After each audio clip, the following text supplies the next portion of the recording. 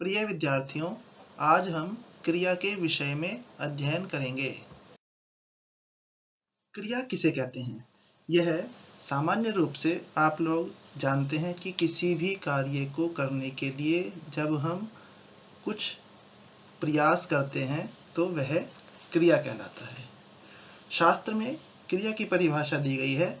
क्रियते अवयवानां क्रमेण उत्पत्त्या इति क्रिया, अर्थात अवान्तर क्रियाकलापों का जो एक क्रम सा बन जाता है उसे क्रिया कहते हैं। जैसे हम कोई भी एक क्रिया करते हैं तो उस क्रिया को करने के लिए उसके अवान्तर क्रियाकलाप बहुत अधिक होते हैं। जैसे हम पढ़ने की क्रिया करते हैं तो पढ़ने के लिए हम एक पुस्तक लेंगे, उस पुस्तक को खोलेंगे, उसमें हम देखेंगे और उसको अपने मस्तिष्क की क्रिया के द्वारा उसको ग्रहण करेंगे।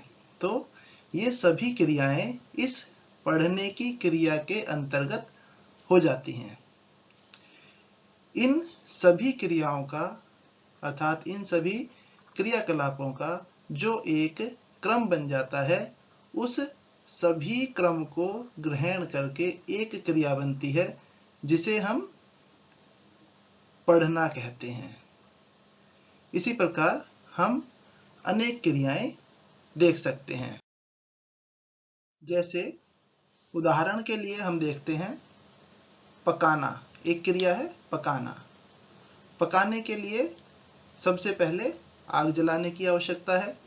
एक क्रिया करनी है आग जलाना, उसके अंतर्गत एक और क्रिया करनी है उस आग के ऊपर उस बर्तन को रखना जिसमें हमें पकाना है, और साथ साथ उसमें जो पक रहा है उसे भी हिला के देखना, उसमें कड़छी चलाना इत्यादि जो भी क्रियाएं हैं वो उसी के अंतर्गत आती हैं। और जब हमें यह लगता है कि यह भोजन पक गया है तो हम उसका परीक्षण करते हैं कि यह भोजन पका है अथवा नहीं। इस प्रकार पच्य पदार्थ का परीक्षण करना यह भी एक क्रिया है। और ये सभी क्रियाएं इस पकाने की क्रिया के अंतर्गत ग्रहण की जाती हैं। अर्थात एक क्रिया को करने के लिए उसके अंतर्गत किए जाने वाले अवान्तर क्रियाकलापों का जो एक क्रम बन जाता है, उस क्रम को हम एक क्रिया कहते हैं। अर्थात यहाँ पर पकाना एक क्रिया है। इस पकाने की क्रिया के दो मूल आधार हैं। पहला है प्रयोजन। आपने पकाने की क्रिया क्यों आरंभ की? आपका कुछ ना कुछ प्रयोजन होगा, अर्थात भोजन को पकाना यह उस क्रिया का एक आधार है। दूसरा है उसकी अवान्तर क्रियाकलाप, जैसे कि आपने आग जलाई, बर्तन रखा, कड़छी चलाना, उसमें खाने का परीक्षण करना, ये सभी उसके अवान्तर क्रियाकलाप हैं। जो खाना बनाने का अर्थात पकाने की क्रिया का जो प्रयोजन है उसे हम शास्त्र में फल कहते हैं, और जो उस क्रिया के अवान्तर क्रियाकलाप किया गया उसे व्यापार कहते हैं। इस प्रकार क्रिया के दो मूल आधार हो जाते हैं, फल एवं व्यापार। इन दोनों आधारों को जब हम संस्कृत भाषा में देखते हैं तो वहां पर इन दोनों आधारों को प्रकट करने के लिए एक शब्द विशेष का प्रयोग किया जाता है जिसे हम धातु कहते हैं। इस धातु में भी इन दोनों आधारों का प्रयोग किया जाता है। धातु का मूल आधार फल एवं व्यापार है, इसलिए शास्त्र में इन दोनों आधारों को ग्रहण करके धातु की परिभाषा दी गई है। वहां पर कहा गया है फल व्यापारयोः धातुः स्मृतः, अर्थात फल एवं व्यापार का वाचक धातु कहलाता है। अर्थात जिन शब्द विशेष के द्वारा फल एवं व्यापार दोनों का कथन किया जाए, ऐसा शब्द विशेष धातु कहलाता है।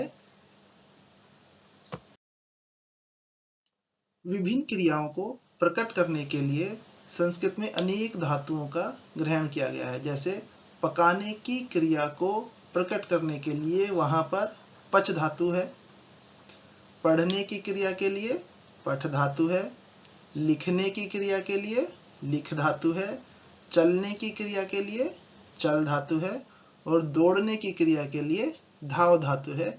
इस प्रकार अनेक धातुओं का संकलन संस्कृत व्याकरण में किया गया है, जो हमारी सामान्य क्रियाओं को संस्कृत भाषा में प्रकट करते हैं। उनके माध्यम से हम अपनी सामान्य क्रियाओं को जान पाएंगे। क्रिया को प्रकट करने के लिए धातु का प्रयोग किया जाता है, ऐसा हम जान लेते हैं।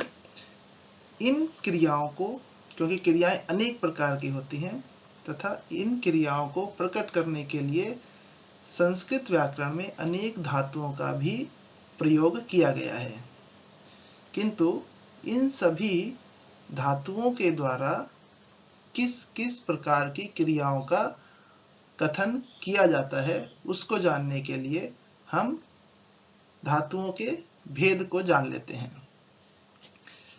हमने देखा कि क्रिया के लिए दो आधार हैं, फल एवं व्यापार। इन दोनों के आधार पर धातु के भी दो भेद हो जाते हैं, सकर्मक एवं अकर्मक। फल एवं व्यापार को व्याकरणिक भाषा में कर्ता एवं कर्म कहा जाता है। फल कर्म कहलाता है और व्यापार कर्ता कहलाता है। इन दोनों के आधार पर धातु के भेद भी दो हो जाते हैं, सकर्मक और अकर्मक। सामान्य रूप से आप हिंदी भाषा में जानते होंगे, जिस धातुओं में कर्म होता है वे सकर्मक कहलाती हैं और जिन धातुओं में कर्म नहीं होता वे अकर्मक कहलाती हैं। यह एक सामान्य परिभाषा है। यहाँ पर हम शास्त्रीय परिभाषा के आधार पर सकर्मक एवं अकर्मक को जानेंगे। सबसे पहले हम सकर्मक धातु के विषय में जानते हैं।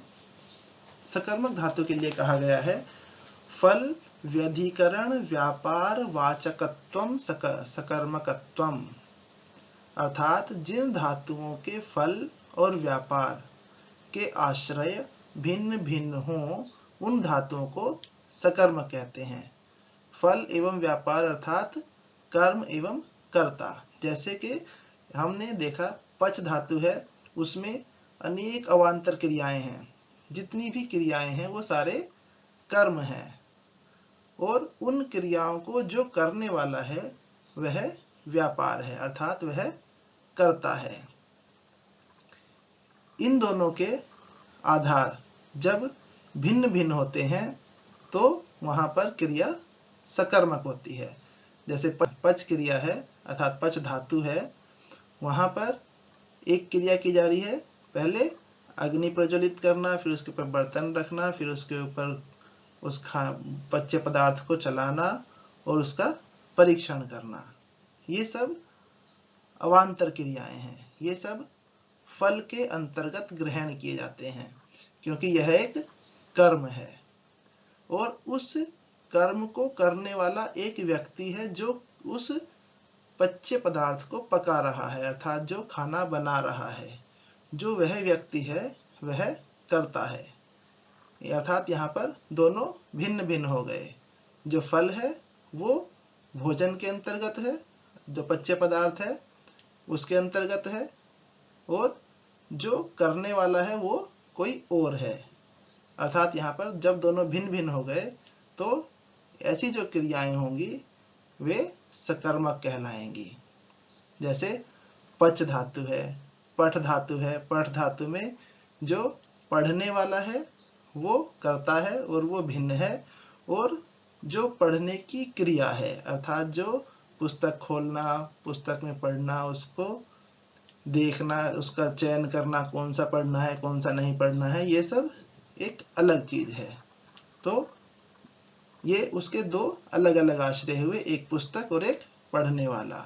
इसी प्रकार लिखने में लिखने वाला और लेखनीय पदार्थ, जैसे कि आपको पत्र लिखना है, पुस्तक लिखनी है, लेखनी है इत्यादि जो भी हैं, वो सब उसके भिन्न आश्रय हो गए। इस आधार पर ये सभी क्रियाएं सकर्मक कहलाएंगे, क्योंकि इनके फल एवं आश्रय भिन्न भिन्न हो जाते हैं। सकर्मक के उपरांत अब हम अकर्मक धातुओं को देखते हैं। सकर्मक में हमने देखा कि जिन क्रियाओं के फल और व्यापार अर्थात कर्म एवं कर्ता भिन्न भिन्न हो वह सकर्मक हैं। अगर हम इसके विपरीत कर दें, अर्थात जिनका फल और व्यापार एक ही हो, अर्थात जिनका कर्म और कर्ता एक ही हो, वे धातुएं अकर्मक कहलाती हैं। जैसे इसके लिए परिभाषा दी गई है कि फल समानाधिकरण व्यापार वाचकत्वम अकर्मकत्वम, अर्थात जिन धातुओं के फल और व्यापार के आश्रय एक ही हों उन धातुओं को अकर्मक कहते हैं।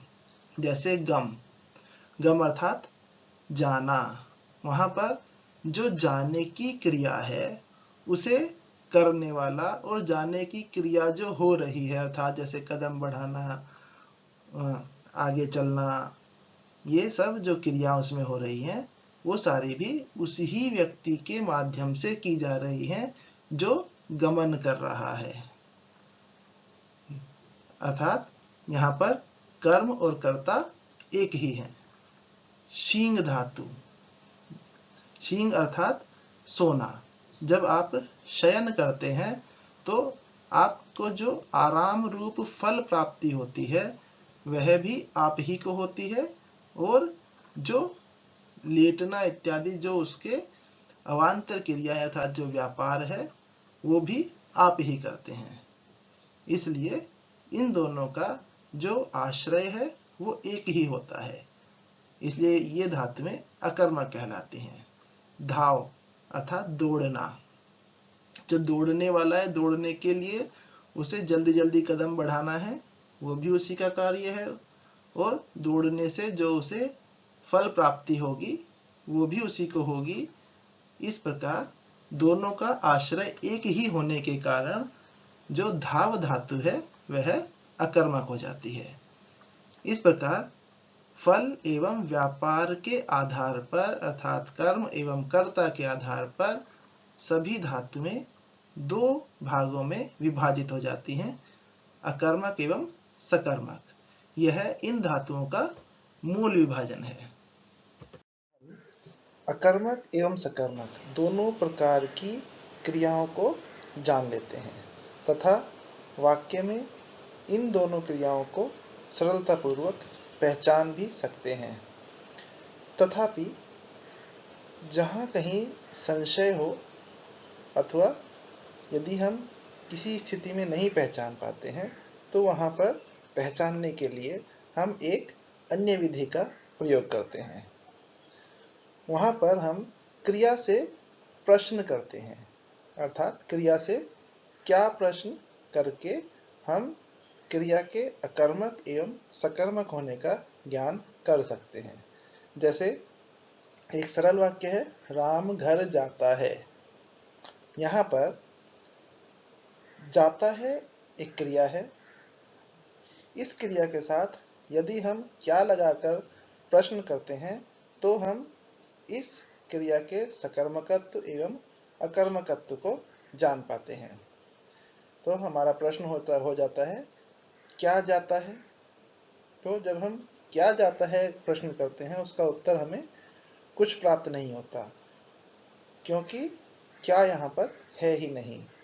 यहाँ पर अगर हम राम को उत्तर माने तो राम कौन का उत्तर होगा, अर्थात कौन जाता है, तो उसका उत्तर होगा राम। लेकिन क्या जाता है इसका कोई उत्तर नहीं होता है। इस स्थिति में यह धातु अकर्मक हो जाती है। एक दूसरा उदाहरण हम देख लेते हैं, राम पुस्तक पढ़ता है। यहाँ पर हम पढ़ता है क्रिया से प्रश्न करते हैं क्या पढ़ता है, तो हमारे समक्ष वाक्य के अनुसार उत्तर आता है पुस्तक, अर्थात राम क्या पढ़ता है? राम पुस्तक पढ़ता है। अर्थात यहाँ पर हमें इस प्रश्न का उत्तर मिल जाता है, तो यह क्रिया सकर्मक हो जाती है। इस प्रकार हम इन दोनों प्रकार की धातुओं को पहचान सकते हैं। क्या? प्रश्न के माध्यम से। इस प्रकार हमने क्रिया का अध्ययन किया।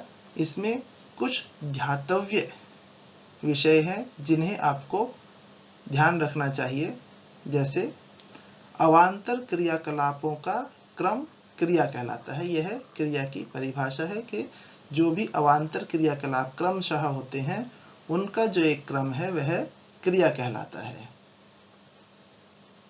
इसके अतिरिक्त क्रिया को संस्कृत भाषा में जिस शब्द विशेष के द्वारा प्रकट किया जाता है उसे धातु कहते हैं। जैसे पठ, गम, लिख इत्यादि। अर्थात क्रिया एवं धातु दोनों पर्यायवाची शब्द हैं। क्रिया हम सामान्य रूप से कहते हैं, जब हम संस्कृत भाषा में कहेंगे तो क्रिया को धातु से हम प्रकट करेंगे। धातु अथवा क्रिया के दो मूल आधार होते हैं, फल एवं व्यापार। इन्हीं दोनों के आधार पर हम क्रिया को धातु कहते हैं। क्रिया में पाए जाने वाले फल एवं व्यापार को व्याकरण में क्रमशः कर्म एवं कर्ता कहा जाता है, और कर्म एवं कर्ता के आधार पर धातु का विभाजन दो भागों में हो जाता है, सकर्मक एवं अकर्मक। जिन धातुओं के फल एवं व्यापार अर्थात कर्म एवं कर्ता भिन्न भिन्न होते हैं वे धातुएं सकर्मक होती हैं, और जिन धातुओं के फल एवं व्यापार अर्थात कर्म एवं कर्ता एक ही होते हैं वे धातुएं अकर्मक कहलाती हैं। इस प्रकार आज की कक्षा में हमने जाना कि क्रिया पाए जाने वाले फल दो मूल आधार हैं, को व्यापार एवं फल, और इन्हीं के आधार पर हम क्रिया को संस्कृत में धातु कहते हैं, और कर्म एवं कर्ता के आधारों के कारण दो प्रकार की हो जाती हैं, दो भागों में सकर्मक एवं अकर्मक, सकर्मक एवं अकर्मक। इन जिन धातुओं के सकर्मक के फल एवं व्यापार के अर्थात कर्म एवं कर्ता और भिन्न भिन्न होते हैं, व्यापार दोनों वे धातुएं समान हो सकर्मक होती है, और जिन धातुओं के फल एवं व्यापार इस अर्थात कर्म एवं कर्ता एक ही होते हैं वे धातुएं होगी अकर्मक कहलाती हैं। धन्यवाद। पुनर्मिलामः। क्रिया में अपनी पाए जाने वाले फल एवं व्यापार व्हाट्सएप ग्रुप पर संपर्क कर सकते हैं। व्याकरण में क्रमशः कर्म एवं कर्ता कहा जाता है।